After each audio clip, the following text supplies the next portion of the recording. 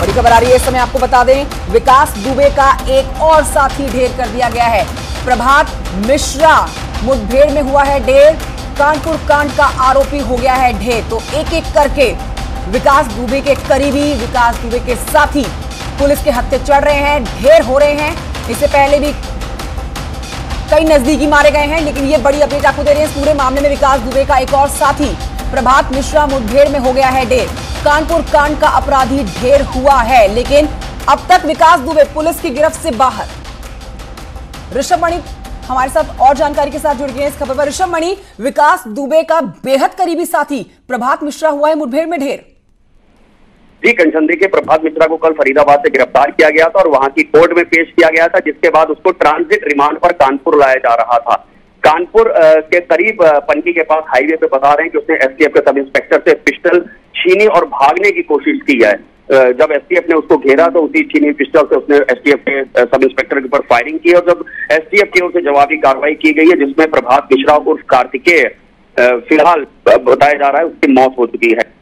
प्रभात मिश्रा वही अपराधी है जिसने 2-3 जुलाई की रात लगातार फायरिंग की थी पुलिस के ऊपर। विकास दुबे का बिल्कुल करीबी साथी था। अमर दुबे राइट हैंड था और अगर माना जाए इसके बाद सबसे करीबी कोई था तो प्रभात मिश्रा। 2-3 जुलाई को वारदात को अंजाम देने के बाद से विकास दुबे जब अपने घर से फरार हुआ तो उसके साथ यही अमर दुबे जो कल एनकाउंटर में मारा गया था, और प्रभात मिश्रा उस कार्तिकेय साथ में था जो आज मारा गया। प्रभात मिश्रा के साथ ही ट्रकों में बैठकर वो कानपुर के शिवली से फरीदाबाद तक फरार हुआ था और वहां पर प्रभात के एक करीबी अंकुर मिश्रा के रिश्तेदार के घर फरारी काटने की कोशिश में था, लेकिन यूपीएससी अपने कल ही प्रभात मिश्रा को गिरफ्तार कर लिया था फरीदाबाद से। राइट हैंड कहे जाने वाला अमर दुबे मुठभेड़ में मारा गया। अब ये दूसरा बेहद करीबी विकास दुबे का जिसे ढेर किया गया है, पुलिस कैसे पहुंची इस तक? देखिए प्रभात मिश्रा को कल फरीदाबाद से गिरफ्तार कर लिया गया था। फरीदाबाद की कोर्ट में एसटीएफ ने उसको पेश भी किया था और एक दिन की ट्रांजिट रिमांड ली थी। ट्रांजिट रिमांड का मतलब होता है कि जहां पर मुकदमा है, मतलब कानपुर में, उसको अब लाया जाएगा, उससे आगे की पूछताछ की जाएगी। कानपुर की कोर्ट में उसको पेश किया जाना था। कानपुर की कोर्ट उसको जेल भेज सकती थी या अगर ये पुलिस कस्टडी रिमांड यूपीएसटीएफ मांगती तो वो पुलिस कस्टडी रिमांड दे सकती थी एसटीएफ को। तो उसको फरीदाबाद से कानपुर लाया जा रहा था। सुबह बताते हैं तकरीबन 6 बजे के करीब जब पनकी हाईवे के पास एसटीएफ की टीम पहुंच गई थी प्रभात मिश्रा को लेकर तो वहीं पे गाड़ी खराब हो गई है एसटीएफ की, जिसके बाद प्रभात मिश्रा ने एसटीएफ के सब इंस्पेक्टर से पिस्टल छीन ली और भागने की कोशिश की है, जिसके बाद एसटीएफ ने उसको घेर लिया। उसने एसटीएफ के ऊपर फायरिंग की है और जब एसटीएफ की टीम की ओर से जवाबी फायरिंग की गई है तो उस फायरिंग में प्रभात मिश्रा मारा गया। बड़ी अपडेट बता रहे हैं ऋषभ मणि, भागने की कोशिश में था ये बेहद करीबी प्रभात मिश्रा जिसे मुठभेड़ में पुलिस ने मार गिराया है। ऋषभ मणि, पुलिस को एक और बड़ी कामयाबी, लेकिन सबसे बड़ी कामयाबी तब हाथ लगेगी जब विकास दुबे पुलिस के हत्थे चढ़ जाएगा, जिसको चप्पे चप्पे पर ढूंढा जा रहा है। एक आपसे जानकारी लेना चाहेंगे, जब तक ये पुलिस की गिरफ्त में था क्या कुछ इसे सवाल जवाब किए गए, क्या पुलिस के हाथ में जानकारी लगी? देखिए 2-3 जुलाई की रात को जो भी वाकया हो तो उसकी पूरी जानकारी प्रभात मिश्रा के माध्यम से यूपीएसटीएफ को लग गई थी। चूंकि कल फरीदाबाद से इसको गिरफ्तार किया जा चुका था, शुरुआती पूछताछ इससे हो चुकी थी, उसके बाद कोर्ट में पेश करने के बाद ट्रांजिट रिमांड एसटीएफ को मिल गई थी। जो हमें सूत्र बता रहे हैं एसटीएफ के, उसके मुताबिक जो इससे इनफॉर्मल पूछताछ हुई है उसमें इसने स्वीकार किया है कि विकास दुबे ने ही साजिश रची थी कि पुलिस टीम अगर दबिश पे आती है तो उसके ऊपर फायरिंग की जाएगी। रात को तकरीबन 1 बजे 2-3 जुलाई की रात को जब पुलिस की टीम पहुंची है तो वहां पर विकास दुबे के इशारे पर पुलिस टीम के ऊपर फायरिंग की गई। उस फायरिंग में अमर दुबे और ये प्रभात मिश्रा दोनों शामिल थे। जो बताया गया है विकास के पास 230 स्प्रिंगफील्ड राइफल थी, उससे भी फायरिंग की गई और पुलिस के जो असलहे छीने गए थे उससे भी उस रात फायरिंग की गई थी। फायरिंग को अंजाम देने के बाद 8 पुलिसकर्मियों को शहीद करने के बाद प्रभात मिश्रा के साथ ही विकास दुबे और अमर फरार हुए थे और बगल का गांव जो है बिकरू के शिवली में, वहां पर विकास की एक भाभी रहती है, वहां पर 2 दिन ये तीनों लोग रुके थे और वहां से ही ट्रकों में बैठकर ये शिवली से लेकर के कानपुर देहात से लेकर के हरियाणा के फरीदाबाद पहुंचे थे और फरीदाबाद में ये तीनों लोग फरारी काट रहे थे। जब एसटीएफ का शिकंजा कसा है तब अमर दुबे फरीदाबाद से हमीरपुर की ओर निकला, जहां से मध्य प्रदेश भागने की कोशिश कर रहा था। रोकूंगी मैं आपको, लौटूंगी आपके पास दोबारा। इस समय मैं अपने एक और सहयोगी श्याम तिवारी की तरफ रुख कर लेती हूँ। श्याम तिवारी, बड़ी कामयाबी पुलिस के हाथ, लेकिन अभी इससे बड़ी कामयाबी विकास दुबे को धर दबोचने की है। उस तक पहुंचने की सबसे पहली कोशिश है पुलिस की, लेकिन ये एक बड़ी सफलता प्रभात मिश्रा को मुठभेड़ में ढेर करना। बिल्कुल ये एक बड़ी कामयाबी है। जिस तरीके से प्रभात मिश्रा ने विकास दुबे के कहने पर पुलिस पर हमला किया और इसके बाद ये तीनों भाग गए थे यहाँ पर, और कल फरीदाबाद से पकड़ने के बाद इसको ट्रांजिट रिमांड पर पुलिस कानपुर लेकर के आ रही थी, तभी रास्ते में इसने पुलिस का असलाह छीन करके भागने का प्रयास किया। इसी दौरान उसने पुलिस पर फायरिंग की, पुलिस की जवाबी फायरिंग में गोली उसको लगी है और ये मुठभेड़ में ढेर हो गया है। जी ठीक है, तो यानी कि ये भी तय है कि जाते जाते बड़ी जानकारी को प्रभात मिश्रा देके गया है कि फरीदाबाद में विकास दुबे के हाथों में आते आते पुलिस के बच जाना और चकमा देके ऑटो में भाग जाना, ये सब जानकारी पहले से ही दे चुका था ये प्रभात मिश्रा पुलिस को। बैठे रहेंगे तो वो करते रहेंगे, हम कुछ अपडेट कराते रहेंगे। श्याम तिवारी, आप तक आवाज पहुंची है मेरी?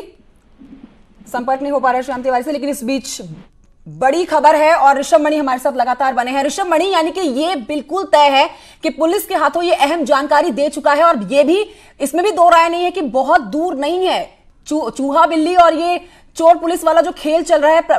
विकास दुबे जो सोच रहा है कि पुलिस के हाथों बचता रहेगा और अपनी जान बचा लेगा, लेकिन उसको धर दबोचना पुलिस की प्राथमिकता, जिससे अब पुलिस ज्यादा दूर नहीं है। जी देखिए, बिल्कुल सही बात है। जो इनिशियल जानकारी मिलनी थी वो मिल चुकी है और ये बात बिल्कुल साफ हो गई। उसने पूरे घटनाक्रम के बारे में भी बता दिया है कि किस तरह से 2-3 जुलाई की रात को क्या हुआ था और जो जानकारी मिलनी चाहिए थी वो मिल चुकी है। अब कोशिश यही की जा रही थी कि इसको ट्रांजिट रिमांड पर कानपुर लाया जाता और फिर जुडिशियल प्रोसेस के तहत इसको पुलिस कस्टडी रिमांड पे लिया जाता, इससे पूछताछ की जाती, कुछ और खुलासे हो सकते थे। ट्रांजिट रिमांड पे लाया जा रहा था तो इटावा के करीब ही इसने कानपुर के हाईवे पे भागने की कोशिश की है पिस्टल छीन के एसटीएफ के सब इंस्पेक्टर की, जिसके बाद ये एनकाउंटर हुआ है। लेकिन ऋषभ मणि, पुलिस इस बीच में क्या कह रही है? प्रभात मिश्रा का मारा जाना एक बहुत बड़ा नुकसान भी है, क्योंकि और कई इंफॉर्मेशन शायद इसके पास हो जिसमें जल्द से जल्द पहुंचने की जो कोशिश है विकास दुबे तक, उसमें एक नाकामी पुलिस के हाथ लगी हो। कोशिश इसको बचाए रखने की और इससे कई सवालों के जवाब पूछने की होगी। देखिए, जो शुरुआती जांच पड़ताल थी वो तो इसके साथ हो चुकी थी, लेकिन आगे कुछ और इससे सवाल जाहिर सी बात है पूछने लाजमी थे। अगर इससे कुछ अच्छे मिल जाते जानकारी तो वो आगे जुडिशियल प्रोसेस में काफी सहायता मिलती, लेकिन इसने एक दुस्साहस किया जब पिस्टल छीनने का प्रयास, पिस्टल छीन ली थी इसने। एसटीएफ के एक सब इंस्पेक्टर थे तो उस वक्त एसटीएफ के पास भी कोई चारा नहीं बचा होगा कि किस तरह से वो अपने आप को सेव करें, और अगर ये फायरिंग कर देता है तो उसका जवाब देना मजबूरी थी, बताया जा रहा है। इसीलिए एसटीएफ की ओर से फायरिंग की गई जिसमें ये मारा गया है। ऋषभ मणि, एक बार विस्तार से आपसे समझना चाहेंगे, जो दर्शक हमारे साथ अभी जुड़े हैं वो जरूर जानना चाहेंगे कि ये बहुत ही करीबी विकास दुबे का जो इस समय मुठभेड़ में मारा गया है, कैसे इसे पुलिस ने मारा और क्या ये करने की कोशिश कर रहा था जिसमें इसकी जान गई है। मैं लौटूंगी, ये जानकारी मैं श्याम तिवारी से ले लेती हूँ। श्याम तिवारी, बार विस्तार से वो घटनाक्रम आपसे समझना चाहेंगे जिसमें ये प्रभात मिश्रा जो है मारा गया है मुठभेड़ में। बता रहे थे कि एक दुस्साहसिक बदमाश ने पुलिस में पकड़ में आने के बाद भी भागने का प्रयास किया। जिस तरीके से पुलिस इसको फरीदाबाद से लेकर के आ रही थी और रास्ते में ही इसने पुलिस के सब इंस्पेक्टर की पिस्टल छीन ली और भागने लगा, और जब पुलिस ने इसको रोकने का प्रयास किया तो पुलिस के ऊपर फायरिंग की, जिसके बाद पुलिस ने जवाबी फायरिंग की तो इसको गोली लगी और इसकी वहीं पर मौके पर मौत हो गई है।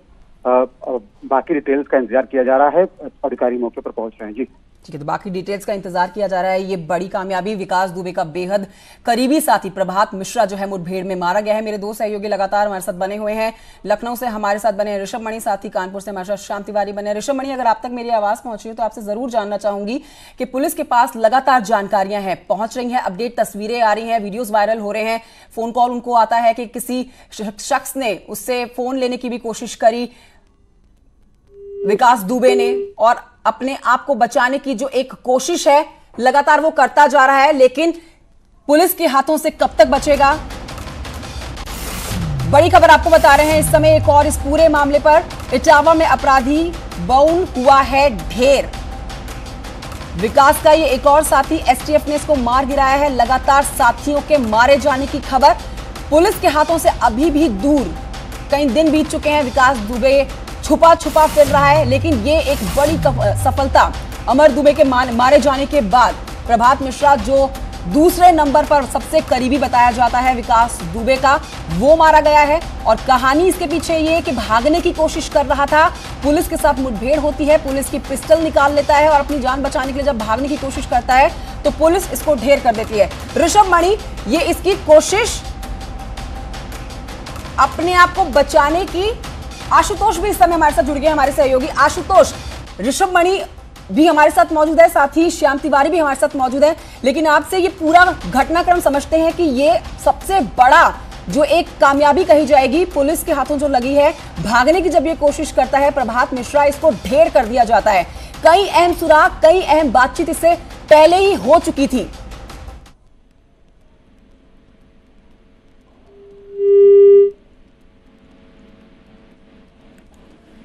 तो आशुतोष से हमारा संपर्क नहीं हो पा रहा, लेकिन इस समय की आपको ये बड़ी अपडेट बता रहे हैं, हम आपको बड़ी खबर दे रहे हैं जिसमें ये प्रभात मिश्रा जो है मुठभेड़ में ढेर हुआ है। कानपुर कांड का ये अपराधी ढेर हो चुका है, लेकिन इससे पहले भी पुलिस के हाथों सफलता लगी, जिसमें एक और बेहद करीबी कहा जाने वाला राइट हैंड अमर दुबे मुठभेड़ में मार गिराया गया। उसे भी स्पेशल टास्क फोर्स की एक टीम ने हमीरपुर में एनकाउंटर के दौरान ढेर किया था। आशुतोष, अगर आप तक मेरी आवाज पहुंच रही हो तो आप इस खबर पर लगातार नजर बनाए हुए हैं। मुठभेड़ में मारा जाना प्रभात मिश्रा का, लेकिन कई अहम जानकारियां पुलिस को वो दे चुका था। ये बड़ी सफलता प्रभात मिश्रा का ढेर होना। बिल्कुल निश्चित रूप से पुलिस को एक सूचना मिली थी कि कुछ लोग जो है स्विफ्ट डिजायर कार हथियारों के बल पर लूट कर ले जा रहे थे, और इसी सूचना पर पुलिस ने चारों तरफ से कॉम्बिंग की और खुद एसटीएफ भी इस मामले में लगी हुई थी।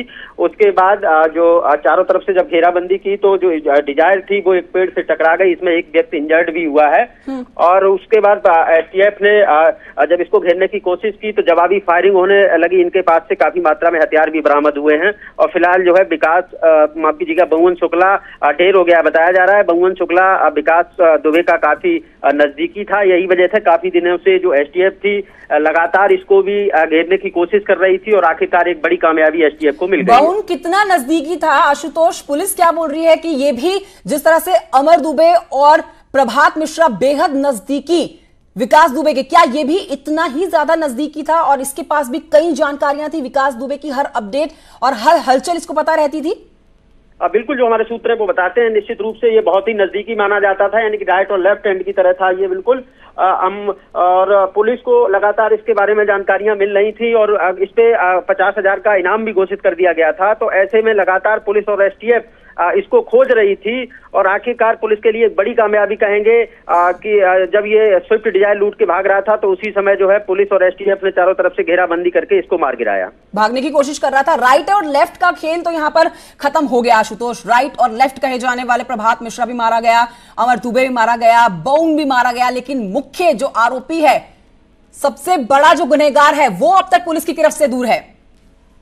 निश्चित रूप से देखिए, लगातार पुलिस और एसटीएफ कई राज्यों की पुलिस विकास दुबे को खोजने में लगी हुई है, और कल भी उसकी सूचनाएं मिली थी। निश्चित रूप से बहुत जल्दी जिस तरीके से ताबड़तोड़ एनकाउंटर हो रहे हैं, हर सुबह एक विकास का साथी मारा जा रहा है, तो निश्चित रूप से बिल्कुल। बहुत ब्रेक के बाद स्वागत है आपका, बढ़ते हैं आगे और अब आपको ब्रेक के उस पार दिखाते हैं खबरें उत्तराखंड से। देहरादून से खबर आ रही है बड़ी, जहां पर सीएम त्रिवेंद्र सिंह रावत करेंगे मीटिंग। यूनिवर्सिटी के फाइनल ईयर के एग्जाम पर होगी ये बैठक। सीएम के साथ सभी कुलपतियों और डायरेक्टर्स की ये मीटिंग है। उच्च शिक्षा मंत्री धन सिंह रावत रहेंगे मौजूद इस बैठक में। फाइनल ईयर के एग्जाम्स पर यूनिवर्सिटी के एक मत होने पर चर्चा आज सचिवालय में संभव है। 4 बजे होगी ये मीटिंग, तो शाम के 4 बजे होनी है मीटिंग, जिसमें यूनिवर्सिटी के फाइनल ईयर के जो एग्जाम्स होने हैं उस पर बैठक होगी। सुनील नप्रभात और जानकारी के साथ हमारे साथ इस खबर पर मौजूद है। सुनील नप्रभात, 10वीं और 12वीं के बच्चों का चिंतन सरकार कर चुकी है, बच्चों एग्जाम्स उनकी करवा चुके हैं, लेकिन अब यूनिवर्सिटीज जो हैं उनके लिए सरकार आज ये बहुत अहम बैठक करने वाली है।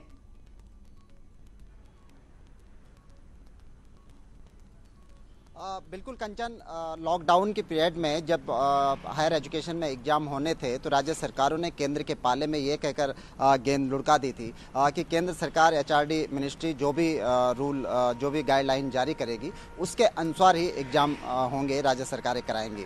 अब यूजीसी ने नई गाइडलाइन जारी की जिसके तहत 30 सितंबर तक सभी यूनिवर्सिटीज़ को कहा गया है कि वो अपनी परीक्षाएँ कराएँ। अब ये अलग बात है कि वो ऑनलाइन कराएँ या ऑफलाइन कराएँ। यूजीसी ने ये गेंद अब वापस राज्य सरकारों के पाले में लुढ़का दी थी।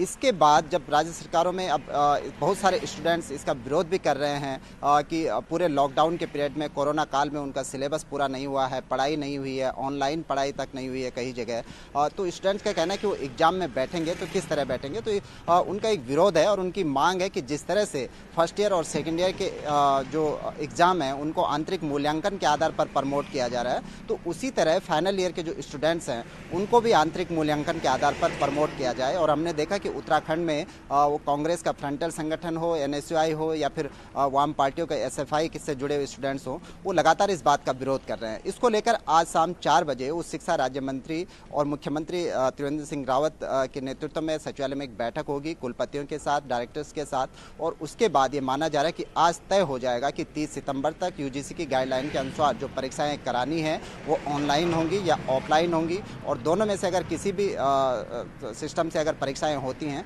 तो उसका कार्यक्रम क्या होगा, ये माना जा रहा है कि आज शाम ये फाइनल हो जाएगा। शुक्रिया आपका सुनिंदर प्रभात जानकारी के लिए। बढ़ते हैं आगे और सीएम त्रिवेंद्र सिंह रावत आज प्रेस कॉन्फ्रेंस करने वाले हैं, उससे जुड़ी बड़ी अपडेट आपके सामने रख रहे हैं, जिसमें सचिवालय में सीएम करने वाले हैं प्रेस कॉन्फ्रेंस। 11 बजे करेंगे प्रेस कॉन्फ्रेंस और इस कॉन्फ्रेंस में आत्मनिर्भर भारत पर सीएम बात करने वाले हैं। प्रदेश में चल रही योजनाओं को लेकर भी करेंगे बात। तो आत्मनिर्भर भारत पर होगी ये बात, प्रेस कॉन्फ्रेंस करेंगे त्रिवेंद्र सिंह रावत। बढ़ते हैं आगे। इस बीच आपको ये बता दें कि त्रिवेंद्र कैबिनेट की बुधवार को बैठक जो चली, ये मैराथन मीटिंग जो थी, इसमें 22 से 21 महत्वपूर्ण प्रस्तावों पर मोहर लग गई है।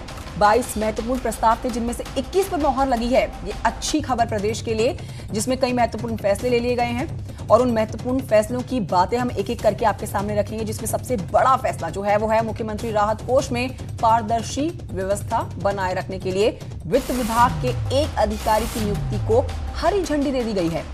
बताया गया है कि 15 मार्च से लेकर 25 जून तक सीएम रिलीफ फंड में 154 करोड़ 56 लाख की राशि इकट्ठा हुई।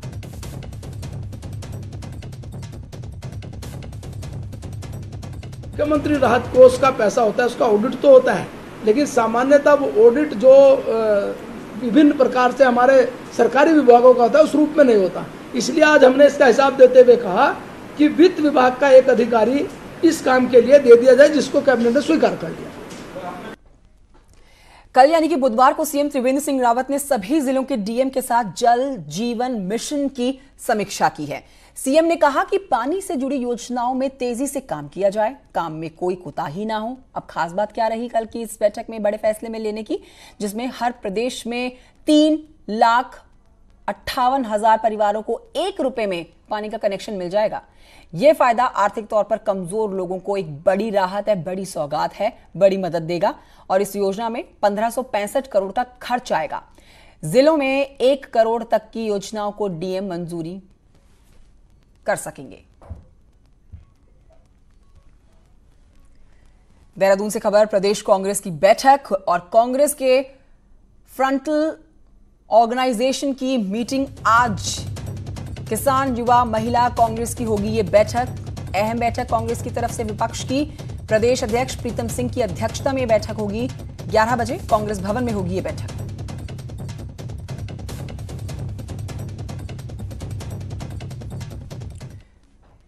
कांग्रेस नेताओं की मीटिंग पर सीएम त्रिवेंद्र रावत ने निशाना साधा। सीएम कहते हैं कि 2 दिन बैठने से भी कुछ नहीं होगा। मैं आपको ये बताना चाहता हूं कि कांग्रेस में मन नहीं मिलने वाले और बार बार इसी तरह से वो बैठक करते रहेंगे, मन मिल जाएं। सीएम ने कहा कि मीटिंग का अभ्यास करने से क्या पता मनों की दूरी खत्म हो जाए।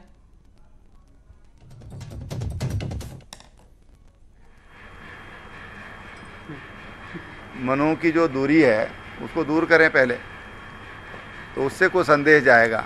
अब उनको बार बार इसलिए बैठने की ज़रूरत पड़ रही है कि मन तो मिल ही नहीं रहे हैं, मन से तो बैठ ही नहीं रहे हैं। तो शायद ऐसा अभ्यास करके वो 1 आध महीना बैठें, तो हो सकता है लगातार अभ्यास करने से वो एक दूसरे के नज़दीक आ सकें। हरिद्वार से बड़ी खबर आ रही है। मास्क ना पहनना एसओ को पड़ा है भारी। लाइन हासिल कर दिए गए हैं एसओ कलियर प्रकाश पोखरियाल। तो एसओ कर दी गए हैं लाइन हाजिर। मास्क इन्होंने नहीं पहना था। ग्रामीणों ने एसएसपी को वीडियो भेजा, फोटोज भेजे, जिसके बाद शिकायत करने के बाद एक्शन लिया गया। वीडियो में आप देखेंगे बिना मास्क पहने नजर आ रहे हैं पुलिसकर्मी। लाइन हाजिर कर दी गए हैं। बड़ी अपडेट।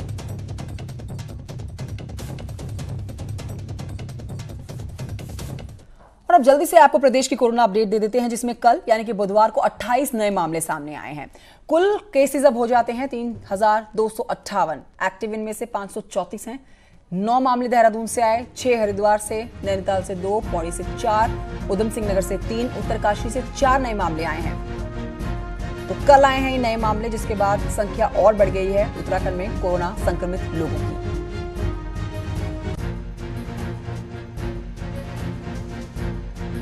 तो ये बड़ी अपडेट है प्रदेश की, और हर दिन नंबर इसी तरह से बढ़ रहे हैं। हर दिन कई केसेस आ रहे हैं। लगातार बढ़ता हुआ संक्रमण सरकार की चिंता बढ़ाए हुए है।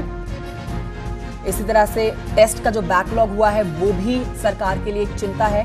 लैब्स की बढ़ाने की भी खबरें सामने आ रही हैं कि जितने लैब्स बढ़ेंगे उतनी ही तेजी से टेस्ट लोगों का होगा, और जितना जल्दी पता लगेगा कि इतने लोग संक्रमित हैं वैसे ही उनके लिए उपचार शुरू कर दिया जाएगा। लेकिन फिलहाल नंबर 3258 कोरोना संक्रमित केसेस के उत्तराखंड में। और इसी के साथ एक छोटे से ब्रेक के लिए यहाँ पर रुकना होगा। कहीं मत जाइए, ब्रेक के उस पार खबरें उत्तर प्रदेश से।